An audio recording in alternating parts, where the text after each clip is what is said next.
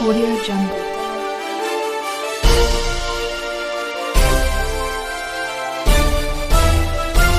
Audio Jungle. नमस्कार, मी यशवंत आणि आपण पाहत आहात बहुजन सैनिक महाराष्ट्र लाईव्ह. जागना है तो जगाना पडेगा, एक राष्ट्र के लिए. कोरोना महामारीच्या काळात सन 2020-21 या सत्रात सर्व खाजगी कॉन्व्हेंट आजतागायत बंद होते.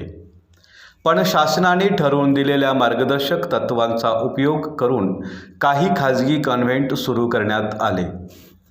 पण कॉन्व्हेंट बंद असताना ऑनलाईन शिक्षण देण्याच्या नावाखाली या खाजगी शाळांच्या व्यवस्थापनांनी पालकांना वर्षभराची फीस भरा अन्यथा परीक्षेला बसू देणार नाही असा तगाता पालकांना लावल्याने या आर्थिक हालाकीच्या परिस्थितीत शाळाची फीस भरावी कशी असा मोठा प्रश्न निर्माण झाला आहे.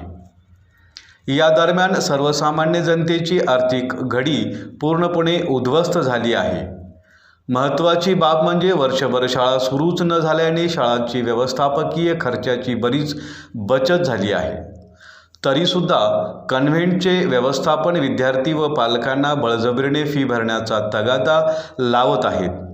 फी भरा अन्यथा परीक्षेला बसू देणार नाही अशी धमकी दिल्या जात आहे.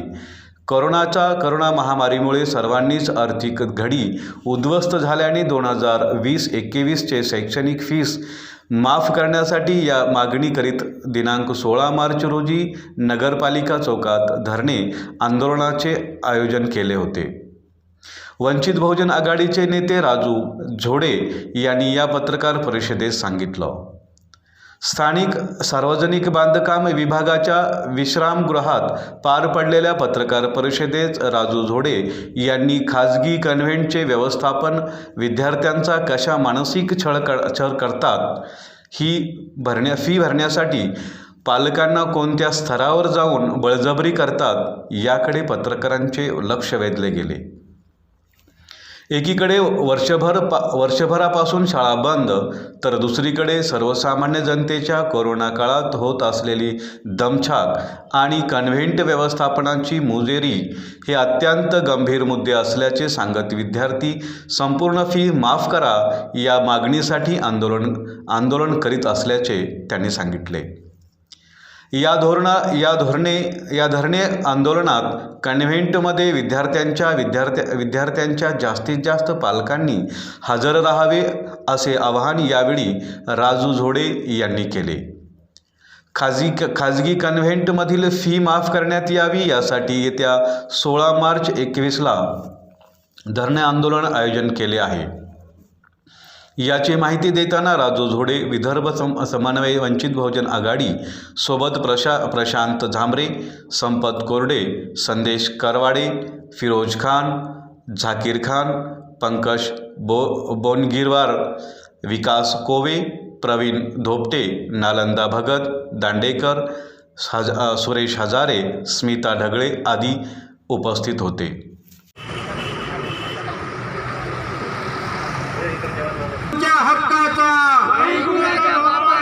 शिक्षण आमच्या हक्काचा, कॉन्व्हेंट व्यवस्थापन होश में आओ, कॉन्व्हेंट व्यवस्थापन होश में आओ,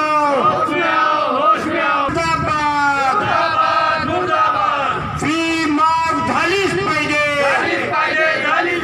फी माफ झालीच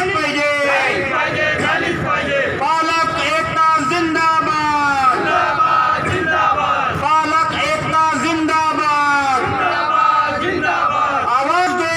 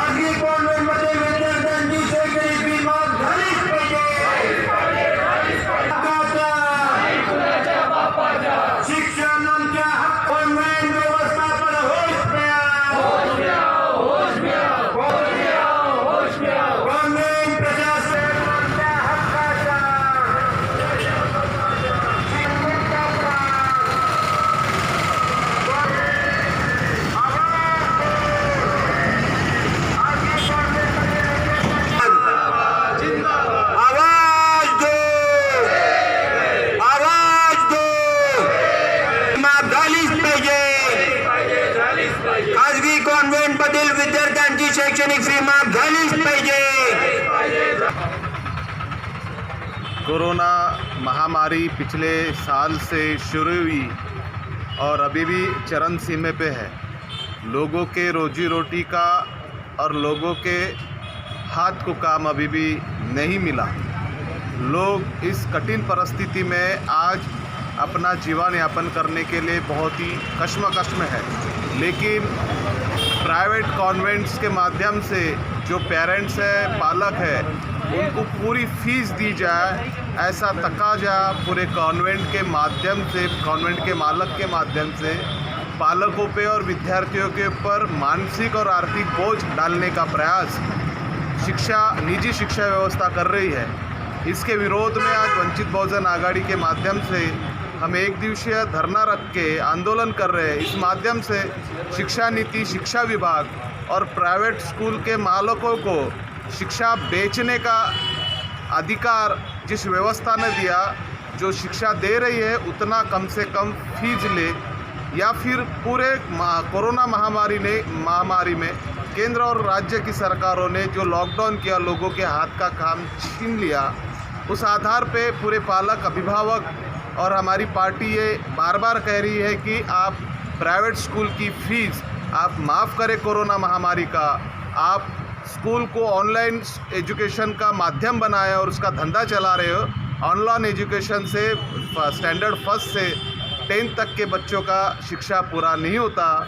इसकी फ़ीस आप माफ़ करो, रद्द करो, ये हम विनती करते हैं। अन्यथा आने वाले दिनों में हम कानून अपने हाथ में लेके स्कूलों को ताला ठोकेंगे, या जो पेपर है बोर्ड के उसके ऊपर हम बंद करने का भी पूरे पालकों के माध्यम से निर्णय ले सकते हैं। शिक्षा व्यवस्था होश में आए, ये आंदोलन इसलिए है।